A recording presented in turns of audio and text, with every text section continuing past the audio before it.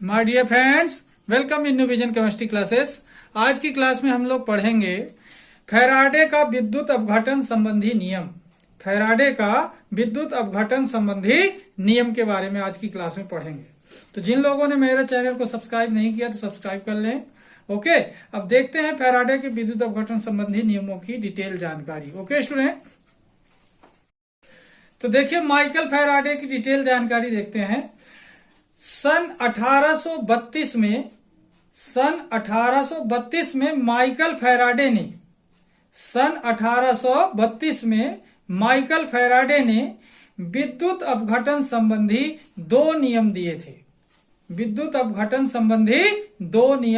थे।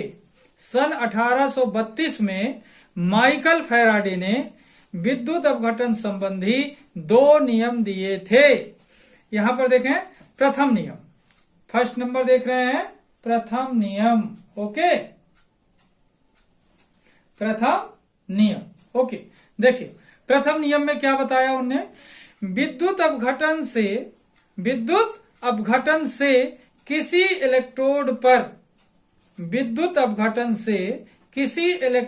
पर मुक्त होने वाले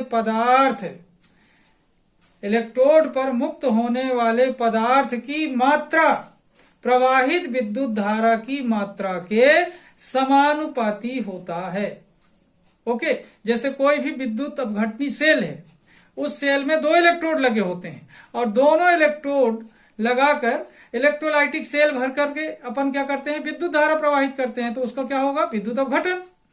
कोई भी इलेक्ट्रोलाइटिक सेल होगा, उस इलेक्ट्रोलाइटिक सेल में दो इलेक्ट्रोड लगाते हैं और विद्युत अपघटनी विलयन भर देते हैं और विद्युत धारा प्रवाहित करेंगे तो क्या होगा, उस विलयन का विद्युत अपघटन होगा। और विद्युत अपघटन में क्या होगा, इलेक्ट्रोडों पर पदार्थ जमा होने लगता है। इसी को क्या बोलते हैं, पदार्थ का मुक्त होना।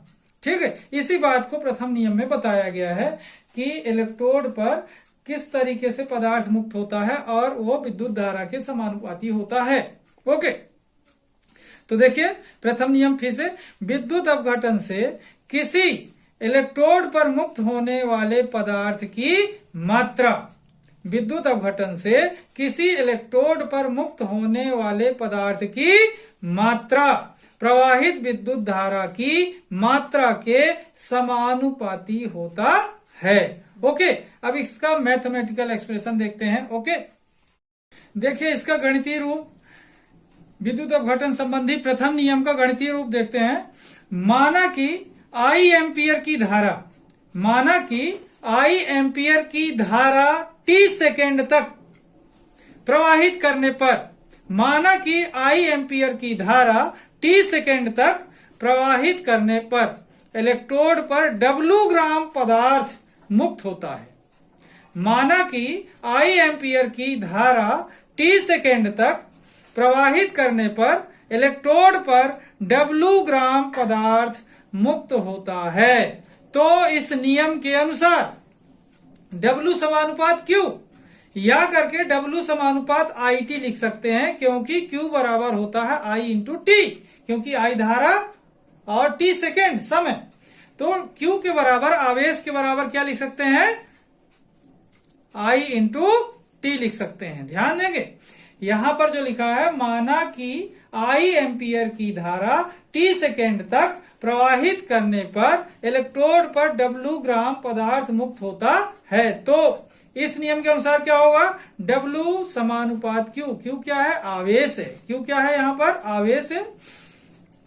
अब यहां पर देखना, W समानुपात I इंटू टी, क्योंकि Q बराबर होता है I इंटू टी। ओके, यहां ऊपर अपन ने ऐसा लिखा है। इसके बाद देखें तो क्या हो गया, ये W समानुपात I इंटू टी हुआ, समानुपात तोड़ा तो W इक्वल टू क्या होगा, Z into I into T होगा। यहां पर जो Z है बताते हैं उसके बारे में। यहां पर देखें, W बराबर Z into I into T हुआ। यदि I इंटू टी बराबर 1 हो तो क्या लिख सकते हैं, W बराबर Z आएगा, क्योंकि इतने के बराबर क्या हो जाएगा, 1। ओके, तो क्या हुआ, W बराबर Z होगा। अब देखें यहां पर Z क्या है, यहां पर Z विद्युत रासायनिक तुल्यांक है। यहां पर Z क्या है, विद्युत रासायनिक तुल्यांक है, जिसे इस सूत्र से ज्ञात कर सकते हैं। Z बराबर पदार्थ का तुल्यांकी भार जेड बराबर क्या लिखा है, पदार्थ का तुल्यांकी भार बटे एफ। एफ यहां पर फैराडे नियतांक है, ध्यान देंगे। एफ क्या है, फैराडे नियतांक है। एफ का मान होता है, एफ बराबर होता है 96,500 कूलाम। 96,500 कूलाम होता है। एक बार फिर से देखना, माना कि आई एम्पियर की धारा टी सेकेंड तक प्रवाहित करने पर इलेक्ट्रोड पर डब्ल्यू ग्राम पदार्थ मुक्त होता है, तो इस नियम के अनुसार डब्ल्यू समानुपात क्यू, मतलब प्रवाहित धारा क्या होती है आई और समय क्या होता है टी, तो आई इंटू टी बराबर होता है आवेश, मतलब मुक्त पदार्थ की मात्रा आवेश के क्या है, समानुपाती होता है। तो क्या देख रहे हैं कि डब्ल्यू समानुपात क्यू या करके डब्ल्यू समानुपात आई इंटू टी, क्योंकि क्यू बराबर होता है आई इंटू टी। ओके, या करके हम समानुपात तोड़ेंगे इसको, तो क्या रख रहे हैं, समानुपातिक नियतांक जेड रख रहे हैं, तो डब्ल्यू बराबर जेड इंटू आई इंटू टी। अब बता रहे हैं यदि आई इंटू टी बराबर 1 हो तो क्या कर सकते हैं स्टूडेंट, इसके बराबर तो 1 हो गया इसमें, तो अब 1 रखेंगे तो क्या हो जाएगा, डब्ल्यू बराबर जेड होगा। ओके, अब देखिए जेड क्या है, यहां पर जेड विद्युत रासायनिक तुल्यांक है। यहां पर जेड क्या है, विद्युत रासायनिक तुल्यांक है। और इसे किस सूत्र से ज्ञात कर सकते हैं, जेड बराबर पदार्थ का तुल्यांकी भार बटे एफ।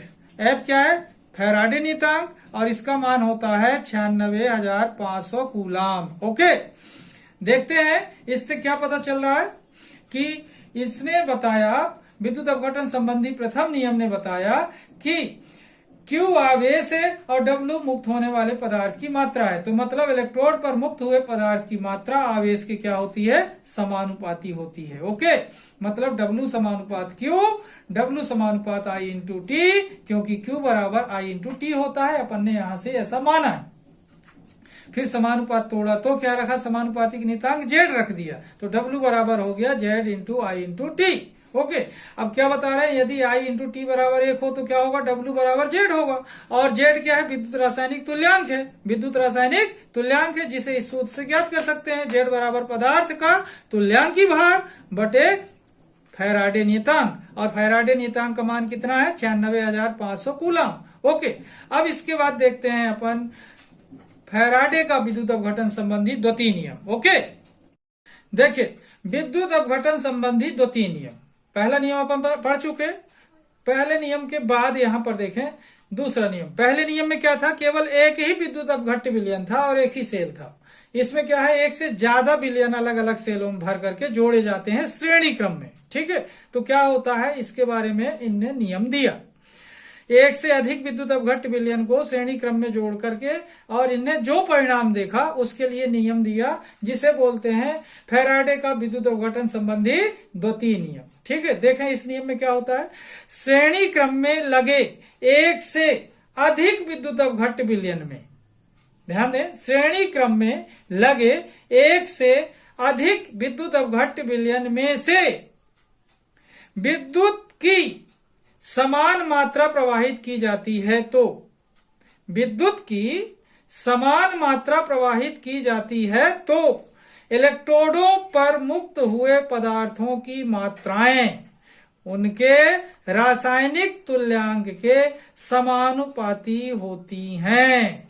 ध्यान दें, श्रेणी क्रम में लगे एक से अधिक विद्युत अपघट्य विलयन में से विद्युत की समान मात्रा प्रवाहित की जाती है तो इलेक्ट्रोडों पर मुक्त हुए पदार्थों की मात्राएं उनके रासायनिक तुल्यांक के समानुपाती होती हैं। जैसे अब यहां पर देखें, अलग अलग विद्युत अपघट्यों को अपन ने जोड़ा है श्रेणी क्रम में। ठीक है, इससे ये जुड़ा हुआ है, इससे ये जुड़ा हुआ है, और सेम क्वांटिटी की, सेम मात्रा की विद्युत धारा प्रवाहित कर रहे हैं, एक ही बैटरी लगी हुई है सबके लिए। ठीक है ना, ये धन ध्रुव है सेल का और ये ऋण ध्रुव है, यहां से धारा आती है, इसमें जाती है, फिर इससे इसमें जाती है, फिर इससे इसमें जाती है, फिर वापस होकर के ऐसे घूमती है।